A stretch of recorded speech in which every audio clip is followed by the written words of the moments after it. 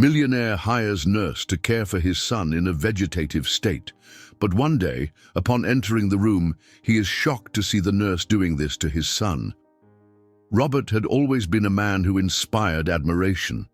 He had a strong and determined presence, yet at the same time, he knew how to be kind and attentive to those around him.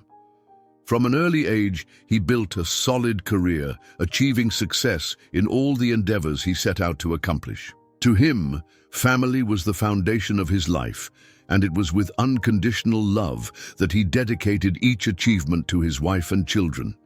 Every decision he made seemed to be guided by an unwavering sense of responsibility and a tireless devotion to those he loved. Robert's life was worthy of a dream.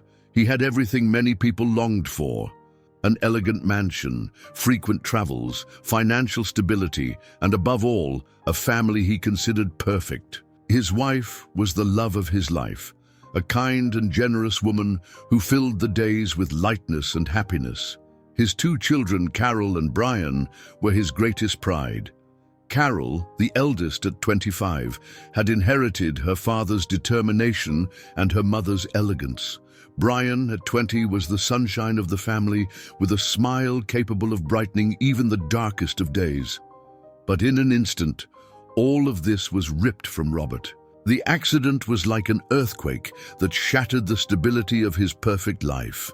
On one fateful night, he lost the woman who was his foundation, and his youngest son was left trapped in a bed, living in a vegetative state. Carol, who had been driving the car at the time of the accident, escaped with only a few scratches, but the tragedy cast a shadow over the entire family. Robert's grief was deep and overwhelming. He felt like a broken man, unable to find meaning in a world where his happiness had been so cruelly stolen. However, even amid the pain, he discovered a new strength. The only thing that kept him going was his unconditional love for his son and the sense of duty that compelled him to care for Brian. Although each day seemed like a test of endurance, Robert refused to give up. That morning, Robert woke up to a gentle touch on his shoulder. Still heavy-eyed from exhaustion, he realized that Carol was beside him, looking at him with a mix of concern and impatience. "Dad, again? You've been sleeping here for the third time this week," Carol said, crossing her arms while casting a critical glance at her father, who was still sitting in the chair next to Brian's bed. Robert ran a hand over his face, trying to shake off the sleepiness. "I just can't leave him alone," he responded, his voice hoarse and tired. His eyes rested on Brian, motionless in the bed, with the machines around him emitting rhythmic sounds. Carol sighed, crouching down to get to Robert's eye level. "Dad, you can't keep doing this. It's been weeks since the accident. I know you love Brian, but sleeping here in this uncomfortable chair isn't helping him. You need to take care of yourself too." Robert looked at her in silence for a few moments, analyzing the firm and determined stance of his daughter. He felt a mix of surprise and strangeness. It was as if Carol had already overcome much of the grief, while he was still drowning in overwhelming sadness.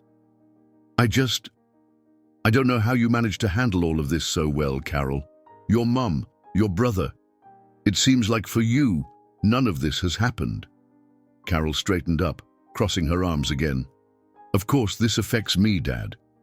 But I can't afford to be paralyzed by the pain. We have to move forward, and that includes you. The company needs you. There are things only you can solve. And honestly, Dad, Brian needs more specialized care. We can't do everything on our own."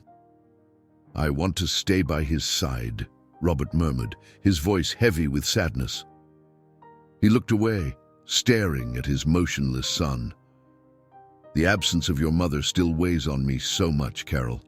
And now, with Brian like this, I'm scared.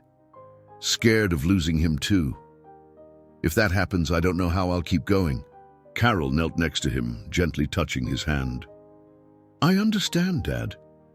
But that's exactly why we need help. Hire someone. Someone who can take care of Brian while you try to get your life back.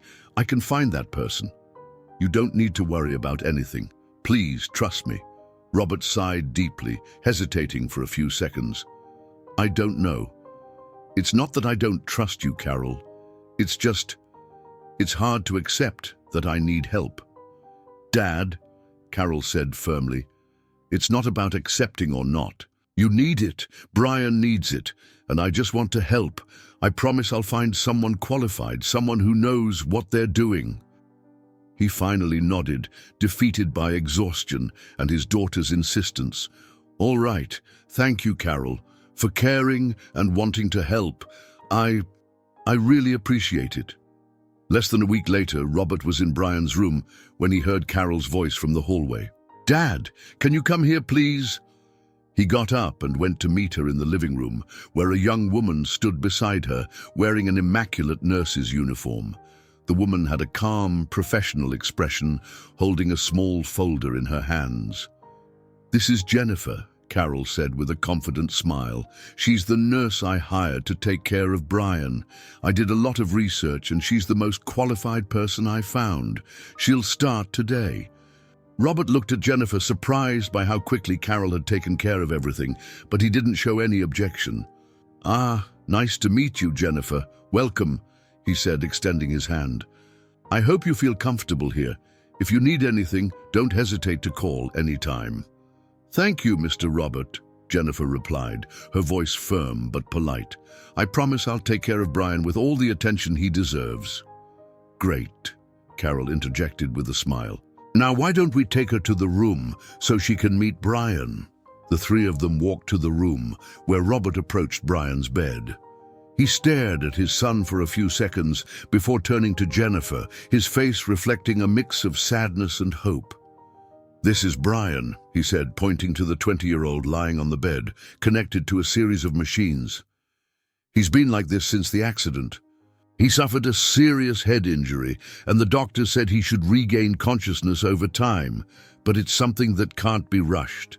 It's a slow and delicate process. Robert paused, breathing deeply before continuing. He needs constant care, not just to make sure he's comfortable, but also to avoid complications. I used to stay here all the time, but Carol insisted we needed someone experienced. So, here we are. Jennifer listened attentively, with a professional and empathetic expression. I understand, Mr. Robert, she responded, giving a firm nod. I'll do my best to take care of him with all the attention necessary. Thank you for trusting me. In the following days, Robert remained constantly by Jennifer's side as she took care of Brian. He watched her every move attentively, adjusting the machines, providing delicate care with his hygiene, and even how she checked his vital signs. It wasn't due to mistrust, but from unconditional love for Brian. Robert felt he needed to be there, as if his presence could somehow ensure nothing went wrong. One morning, while Jennifer was changing Brian's dressings, Robert realized his constant presence might be bothersome. He let out a slight sigh and, after a few seconds of hesitation, decided to speak. Jennifer, he began in a low voice, almost embarrassed. I know I'm here all the time, and maybe that's getting in your way. It's not my intention. Jennifer paused for a moment, looking at him with an understanding smile. Not at all, Mr. Robert. I understand. Brian is your son, and it's natural you want to be close. Robert nodded, his eyes fixed on Brian's sleeping face. I don't want you to think I distrust your work. It's not that, it's just that he's everything to me. I lost his mother not long ago. I can't bear the thought of something happening to him too. Jennifer gave a small nod, adjusting Brian's sheets carefully. I understand how you feel. Don't worry, I know how important this is. Stay here as long as you need to. It's your right. Robert let out a light sigh of relief, gently touching his son's hand. Thank you for understanding, and thank you for being here. Even though you didn't know him, you're doing so much for him. That means more than I can express. The following months brought gradual changes for Robert. In the beginning, he still spent most of his time in Brian's room, watching every step Jennifer took. But slowly, he began to feel more comfortable leaving her to take on the responsibilities. Jennifer displayed impeccable competence, caring for Brian with attention, patience, and professionalism. Robert started sleeping better, something he hadn't done since the accident. He began to focus more on his own health, resumed light exercise, and started going to the office more frequently, attending to the company's accumulated demands. Despite that, he never fully distanced himself. Every day, he'd ask Jennifer if she needed anything or if she noticed any changes in Brian. "Is everything okay? Is he comfortable?" Robert asked frequently, always receiving reassuring answers. He still reserved moments to sit next to his son, talk to him, and hold his hand, even though Brian remained motionless. Carol, for her part, seemed relieved by her father's progress. "It's good to see you more active, Dad," she said one day as they had coffee together.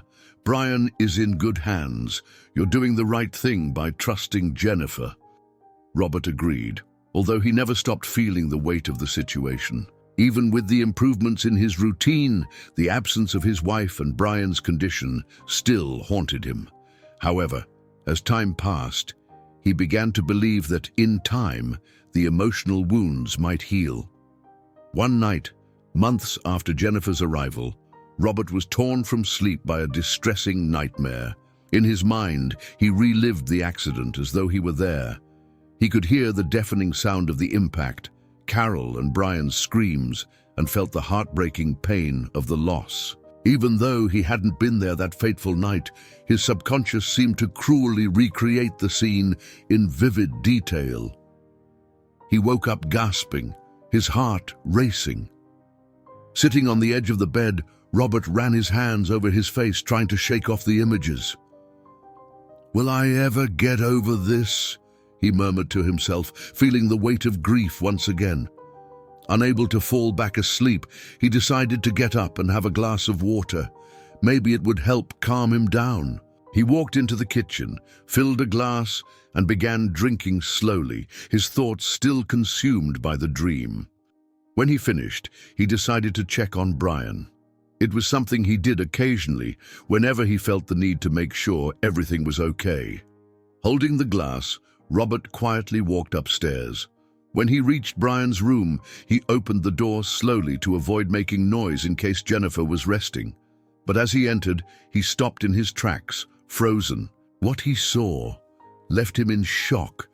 Jennifer was standing next to Brian, manipulating the equipment that kept him alive. Her movements were too meticulous, almost mechanical, but there was something wrong. Robert noticed that the oxygen levels were being reduced, and the monitors showed alarming changes in Brian's vital signs. He knew enough about the machines to understand that this wasn't normal. She wasn't caring for Brian. She was deliberately harming him. The shock was so great that Robert dropped the glass, the sound of the glass shattering echoing through the room. "What are you doing?" he yelled, his voice full of fury, reverberating through the walls. Jennifer turned quickly, her eyes wide and her hands trembling. I was just adjusting the machines, Mr. Robert," she said, trying to sound convincing, but the hesitation in her voice betrayed her. "Don't lie to me," Robert roared, stepping toward her. His eyes blazed with furious anger as his chest heaved with each breath. "I saw what you were doing. Brian's vital signs were changing. You were sabotaging the machines. What exactly are you trying to do?" "I wasn't sabotaging anything," Jennifer retorted, taking a step back, her hands raised in a defensive gesture. "The monitors were erratic. I was just trying to stabilize them. This happens sometimes." Robert pointed to the equipment, his finger trembling with indignation. "Erratic? Don't treat me like a fool. I know enough about these machines to know you were reducing the oxygen. That's not a mistake. That's an attempt to kill my son." Jennifer swallowed hard, trying to keep her composure. "You're mistaken, I swear. It must have been a failure in the equipment. This wasn't my fault."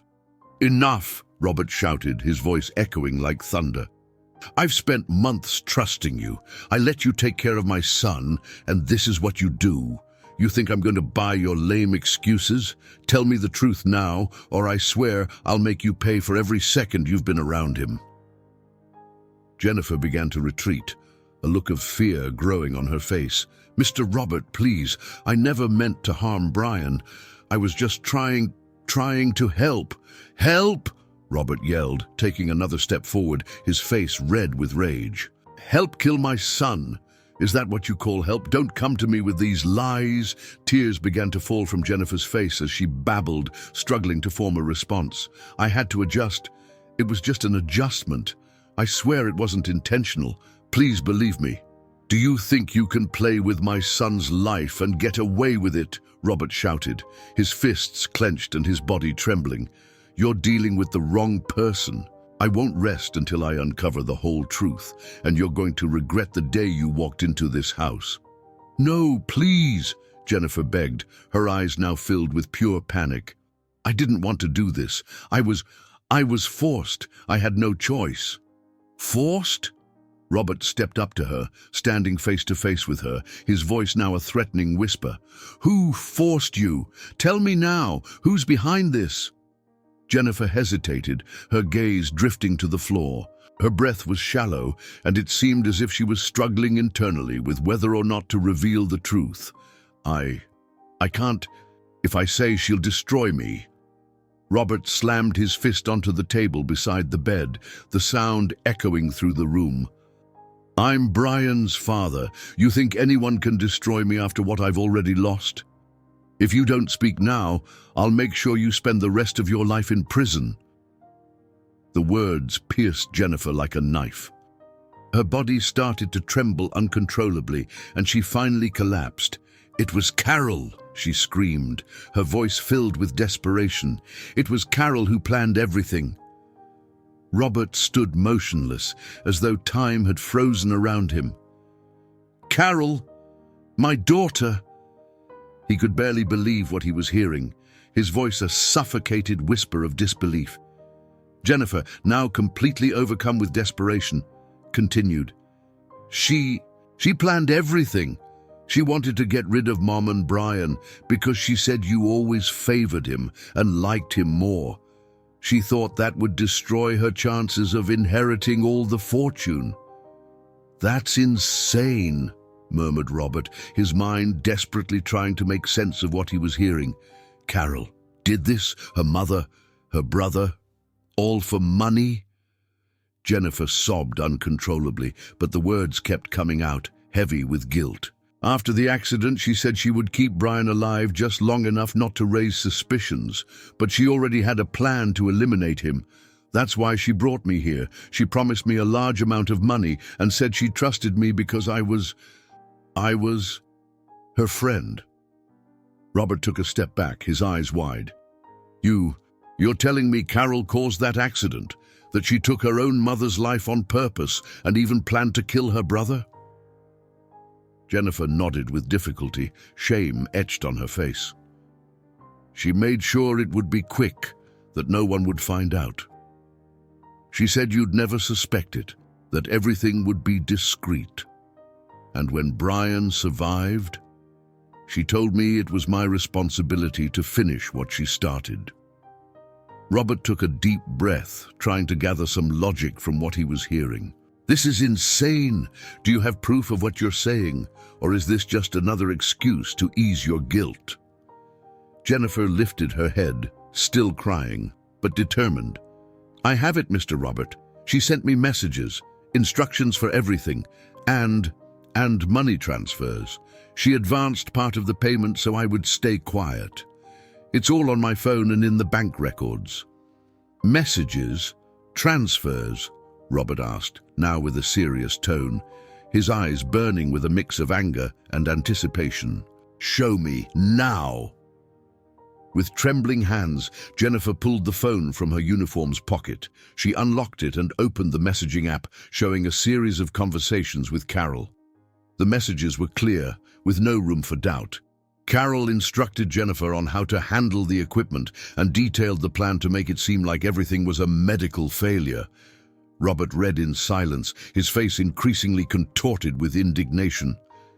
This is monstrous," he whispered, almost breathless.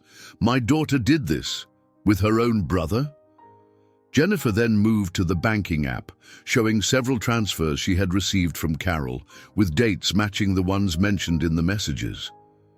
"She paid me up front," Jennifer said, her voice breaking, "promised more once everything was done." Robert squinted, trying to hold back the tears of rage and betrayal. The evidence was undeniable. He held Jennifer's phone for a moment, staring at the messages with a mixture of disgust and disbelief. She really did this. She destroyed our family for greed. He handed the phone back to Jennifer, his gaze now fixed on the floor. "This won't end like this. You and she will pay for all of this."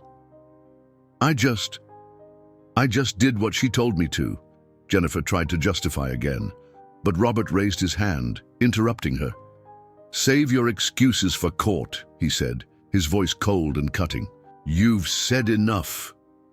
The weight of what he had just discovered crushed him, but he knew he couldn't hesitate. Carol had gone too far, and he was determined to seek justice no matter the cost. Robert took a few steps back, looking at Jennifer with a mixture of rage and disgust. He breathed heavily, trying to hold back the avalanche of emotions that threatened to consume him. With a firm voice, he pointed at her. "You stay exactly where you are. Don't try to leave this room. I'll call the police now." "Please, Mr. Robert," Jennifer begged, still kneeling on the floor, her hands raised, as if trying to protect herself. "I've told you everything. Don't turn me in. Carol will destroy me." Robert stared at her, his eyes burning. "Carol can't destroy you more than you've already destroyed yourself by agreeing to be part of this. You made this choice, and now you'll face the consequences." He left the room without looking back, and as soon as he reached the hallway, he pulled out his phone with trembling fingers. With a heavy breath, he dialed the police. "Hello? I need a squad car immediately. It's an emergency," he said, his voice tense. After providing the address and explaining it was a case of attempted murder and conspiracy, he hung up the phone and went back to Brian's room. Jennifer was sitting on the floor, now silent, her face wet with tears. Robert remained by Brian's bed, never taking his eyes off her. "Do you have any idea what you've done to this family? To me? To my son?" he said in a low voice but filled with emotion. "I trusted you. I thought you were here to help. And you almost killed him." A few minutes later, the sound of sirens grew louder. The arrival of the police made Jennifer start sobbing again. Robert went down to the door to meet them, standing tall and rigid. He briefly explained the situation to the officers, guiding them to Brian's room. Jennifer, now completely defeated, confessed everything, her words coming out in a disordered flow. "It was Carol," she began, looking desperately at the officers. "She planned the accident to get rid of Mom and Brian. Then she brought me to finish what she couldn't. I just did what she told me. Please, I didn't want to do this." One of the officers turned to Robert. "Do you confirm what's been said?" "Yes," Robert responded, his voice firm. "She confessed everything. I want her taken away now. And as for my daughter, she's not home yet, but you need to find her." As Jennifer was handcuffed and escorted by the officers, she turned to Robert, her eyes pleading. "Please, Mr. Robert, tell them I didn't plan everything. I just followed orders." Robert only turned his gaze away, his sadness mixed with his rage. "You chose to get involved. It's too late for apologies now." The next morning, Carol came home, carrying some bags and seeming unconcerned. As she entered, she was met by two officers who were already waiting for her. Robert stood in the living room, standing silent and still, watching. "Miss Carol," one of the officers said, "you are under arrest for conspiracy, attempted murder, and murder. You have the right to remain silent." Carol turned pale, dropping the bags to the floor. "This is a mistake. "I didn't do any of this," she exclaimed, her voice loud and full of indignation. "It's Jennifer, isn't it? She's lying. Dad, say something." Robert looked at his daughter, his face full of sadness. He said nothing, only remaining still, his gaze reflecting the weight of the betrayal. "Dad, you can't believe her," Carol insisted, stepping towards the officers. "She's trying to incriminate me. You know I would never do anything like this. Dad, please." But Robert stayed silent. As the officers handcuffed her, Carol struggled to maintain her composure, alternating between denying the charges and pleading for help. "You're making a mistake. I didn't do any of this. Dad, please say something." Her voice was a mix of desperation and anger. Robert finally spoke, but his voice was cold. "Carol, I wanted to believe you would never be capable of this. But the truth, it always comes out. You destroyed our family for greed, and now you'll pay for it." The officers took Carol away, and she continued shouting her innocence until the very last moment. Robert watched the scene in silence, feeling the weight of everything that had happened. He walked upstairs to Brian's room, sat by his son's bed, and held his hand. "I'll fix this," he said, his voice choking. "Somehow, I'll fix this." Mto. A few weeks after Jennifer and Carol's arrest, while awaiting trial, Robert dedicated all his energy to caring for Brian. Determined to give his son the best chance of recovery, he hired a highly specialized medical team to assess and treat Brian. The team, consisting of neurologists, physiotherapists, and experienced nurses, conducted a detailed evaluation of the young man's condition. After a series of tests, one of the doctors met with Robert to discuss the results. "Mr. Robert," the doctor began in a professional but empathetic tone, "Brian's condition isn't as severe as initially thought. He is in a minimally conscious state, but not irreversible. With the right care and patience, we believe he has a real chance of recovery." Robert felt a sense of relief for the first time in months, but the concern still lingered. "And what about what Jennifer was doing? Could that have caused any permanent damage?" he asked, his voice choked. The doctor sighed. "We can't say for sure the full impact, but it's clear that the improper manipulation of the equipment could have led to serious complications. Fortunately, it was interrupted in time. Now, with the proper treatment, we have a good chance of progress." Robert spent the following days by Brian's side while the new team implemented an intensive care plan. There was a constant routine of neurological stimulation, physiotherapy, and careful monitoring of vital signs. Robert participated in everything, often holding his son's hand during the sessions, talking to him about the days gone by and the happy memories they shared. A few weeks later, an emotional moment happened. During one of the physiotherapy sessions, Brian moved his fingers slightly. Robert, who was beside him holding his hand, widened his eyes. He moved!" he exclaimed, immediately calling the doctors. The team confirmed the progress, and in the following days, the signs became clearer. Brian's eyes slowly began to open. Small movements of his head started to appear, and finally, one morning he managed to murmur the first word since the accident. "Dad!" Robert cried upon hearing his son's voice, even though it was weak and broken. He knelt beside the bed, holding Brian's hands tightly. "My son, you came back to me," he said, tears streaming uncontrollably. As the days passed, Brian continued to improve under the careful attention of the team. He began to communicate better, and in a short time, he was able to describe what he remembered from the accident. In a conversation with Robert, he revealed something that would change everything. "Dad," Brian began, his voice still weak but firm, "I remember the day of the accident. I saw Carol. She did it on purpose. We were in the car, and she made a sharp maneuver. She threw the car into the barrier. It wasn't an accident." Robert felt his heart tighten as he heard his son's words. He breathed deeply, trying to process what he had just heard. "Are you sure, Brian? Are you sure of what you saw?" Brian nodded slowly. "I saw it, Dad. I was in the back seat. It was intentional." Robert wasted no time and immediately informed the authorities, passing on Brian's testimony as new evidence for the ongoing case. His son's statement was added to the process, strengthening the case against Carol. In the trial, Brian, although still physically fragile, was brought in to testify. He spoke slowly, but with determination, describing in detail what happened on the day of the accident.